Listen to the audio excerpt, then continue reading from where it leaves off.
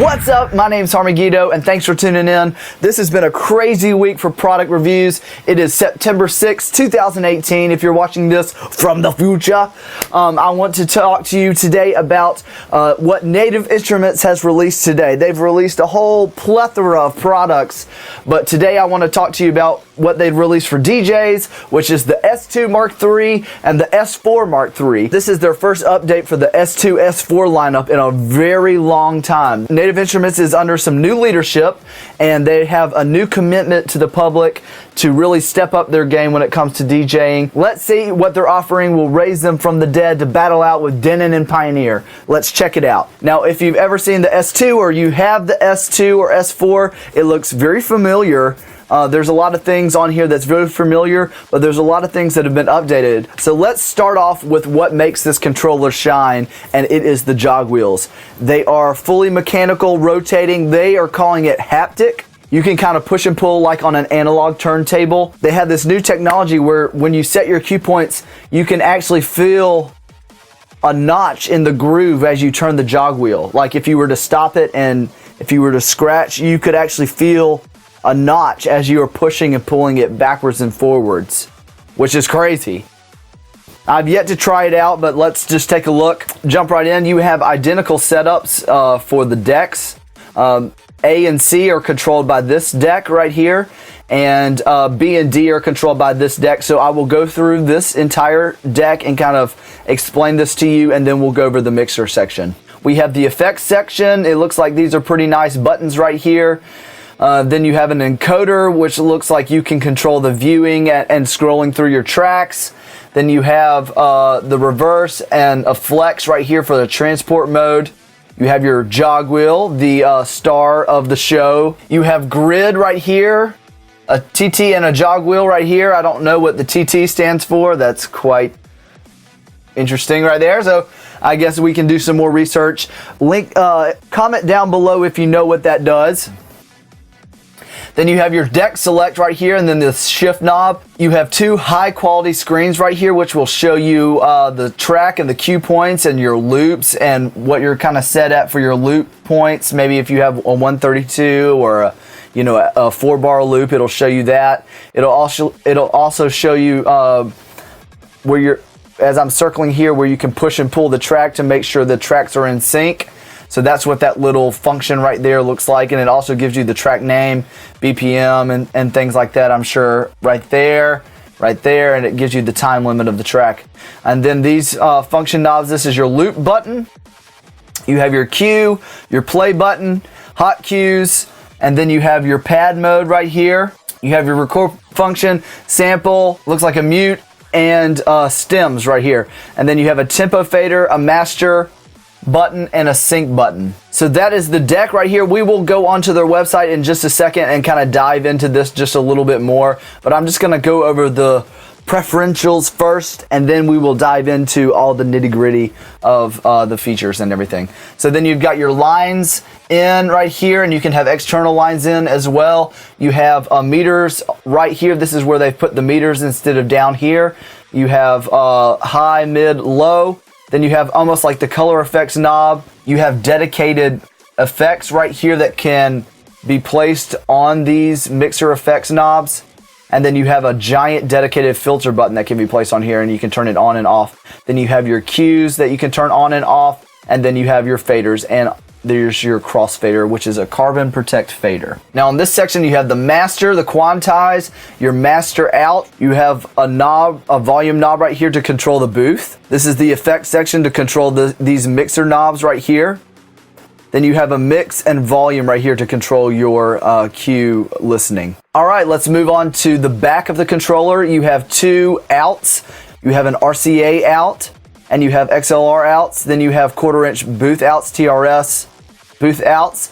Then you have line ins, for instance, if you wanted to connect your turntables or anything like that. You have a mic C. You have a USB plug to plug in a hub, a USB out to plug into your computer, and then here is your power supply and your power button. So there's no internal power supply, it's an external power supply, and you've just got to plug that in. All right, now let's look at the front.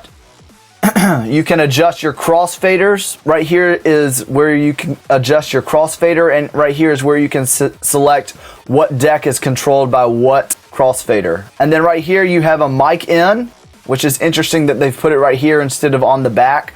So they've placed the mic XLR in right here where you can, it is a TRS or XLR input. And then you have your this is where you would plug in your headphones, a quarter inch right here, and then an 1/8 inch jack. All right, so that's the preferentials of what the S4 looks like. Let's take a look at the website and kind of dive in. Native Instruments is saying that this is a motorized jog wheel that will transmit your cue points and more right to your fingertips.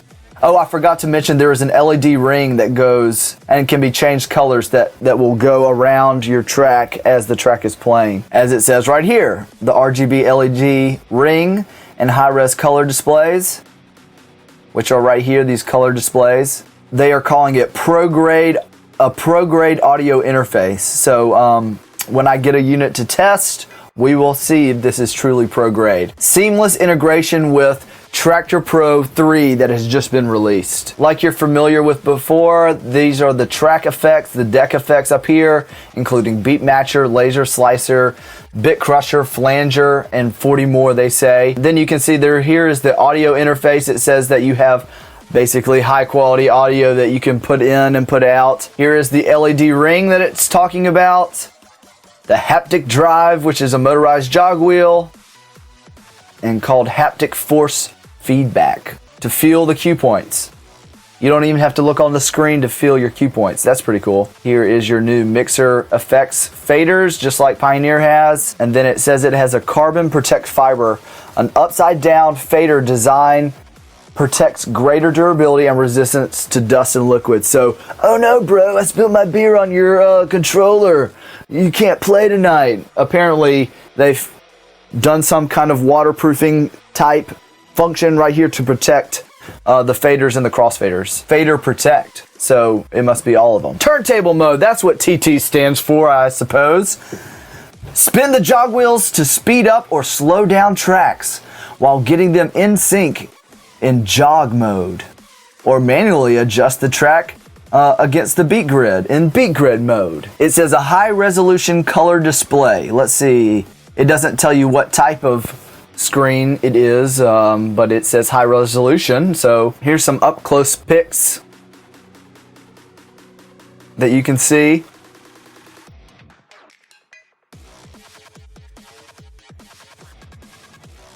Interesting. So Traktor Pro 3, 4 decks, tempo sync, cueing, looping, flux mode, effects suite, mixer effects, and customizable layout. You can still use your stems, your remix decks, and sounds.com. It's just kind of more embedded into the controller itself. The S4 will be available November 1st. You can pre-order in October. And the price, let's see what the price is. $8.99, and that is way under for a 4-channel controller. For instance, I think they're really aiming to get first-time users. For instance, the S2 is priced at $299 US dollars, but the functions are a lot less. So let's check out what that looks like real quick, just briefly, because I basically covered a lot through the S4. The S2 does not have these haptic jog wheels. It's just regular jog wheels. It's not push and pull like the S4 is. It's kind of just like if you are a high school student and you're wanting to get in DJs, or if you just want a house party, portable club layout, $299. I mean, and you can DJ with an iPad. It actually comes with, one of my buddies and I were talking about the fact that on the back of it, let's see if it shows it on here. Yeah, right here. It actually comes with an iPad stand. But look at the back right here. You have only RCA outs. You have an ISO connection, a USB connection, a power, and then one TRS out, it looks like. It doesn't look like you have a mic input. It's just one phone out in the front. I think.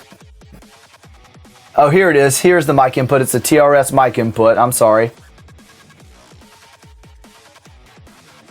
And then just, it looks like just a, is that an 1/8 inch jack, it looks like, but it's basically a more simplified version. You still have these effect sections, which is, that's pretty clutch for an S2 to have this, because you could upgrade to the S4 and feel like you know the system, but now I'm ready to step up to something bigger, something more expensive.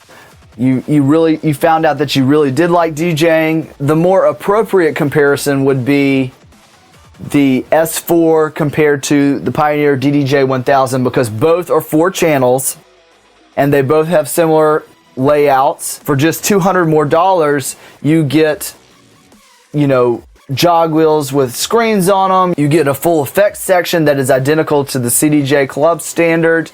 You have all these pad effects and beat effects. You've got an actual CDJ jog wheel. So tell me your thoughts. I want to know what you think. Are you going to get the S4? Are you going to get the S2? Is this something that you're going to want to invest in? Are you wanting to go Pioneer, Native Instruments, or Denon? Let me know in the comments below. I always answer the comments, so if you write a comment, I will answer. My name's Megiddo. Please like and subscribe, and go make some music.